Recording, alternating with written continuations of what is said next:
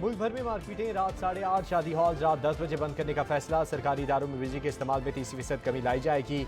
Electric motorcycle के इस्तेमाल को फरोग देने का भी प्रोग्राम। तवानाई बजट मंसूबे से सालाना 62 अरब रुपए की बचत होगी।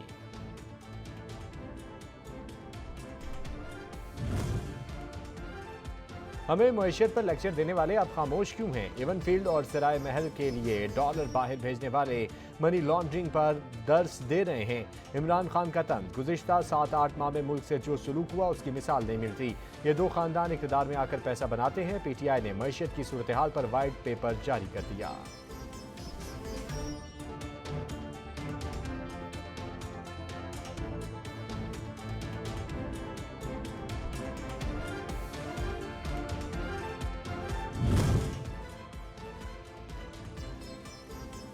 कोई वाइट पेपर आपके काले करतूतों को सफेद नहीं कर सकता। वफाकी वज़ीर इत्तलात मरियम औरंगज़ेब कहती हैं, मुल्क की मईशत तबाही करने वालों को वाइट पेपर शाया करने में शर्म आनी चाहिए। PTI अवाम को बेवकूफ़ नहीं बना सकती।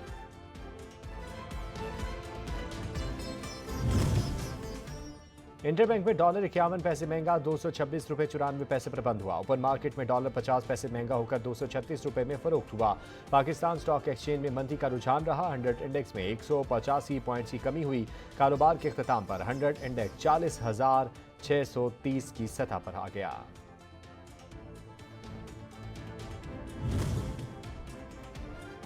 वज़ीर आज़म ने FIA से करप्शन में मुलव्विस सरकारी अफसरान का रिकॉर्ड मांग लिया। रजिस्टर्ड केसेस की तफसील भी तलब कर ली। ज़राए FIA के मुताबिक करप्ट अफसरान की तादाद सबसे ज़्यादा सिंध में, फिर पंजाब में है।